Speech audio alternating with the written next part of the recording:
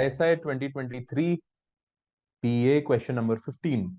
So what do we have here? We have basically, we need to test the prediction of the solo growth model. You run the following linear regression for all countries in the world.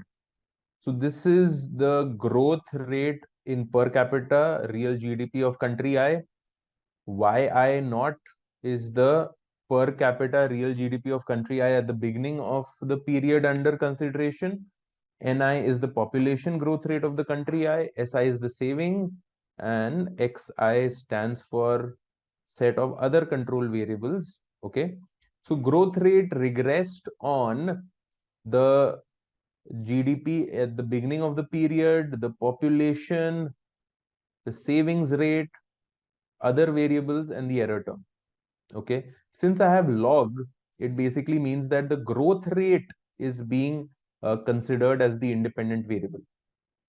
Now, if yi naught, that is the GDP in the base period, if this is high, with the GDP in the current period, say fixed at 100.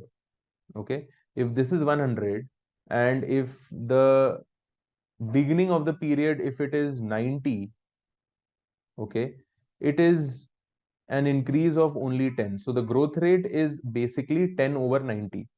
But if the base period is 80, then the growth rate is even higher. It is 20 on a base of 80. Okay. So the lower is the GDP at the beginning of the period, higher will be the growth rate. And the reasoning is very clear, because the lower is the GDP that we have here in the beginning of the period, with the current GDP fixed at, say, a particular amount, the base is lower, the growth will be higher. Another example, if you take, for example, the GDP in the current year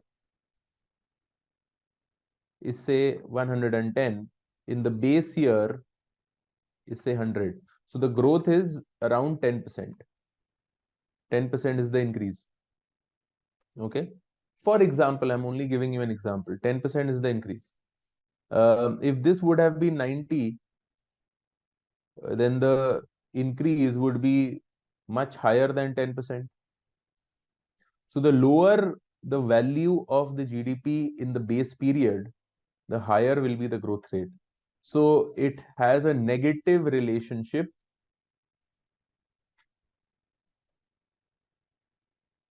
It has a negative relationship between the GDP in the beginning of the period and the growth rate.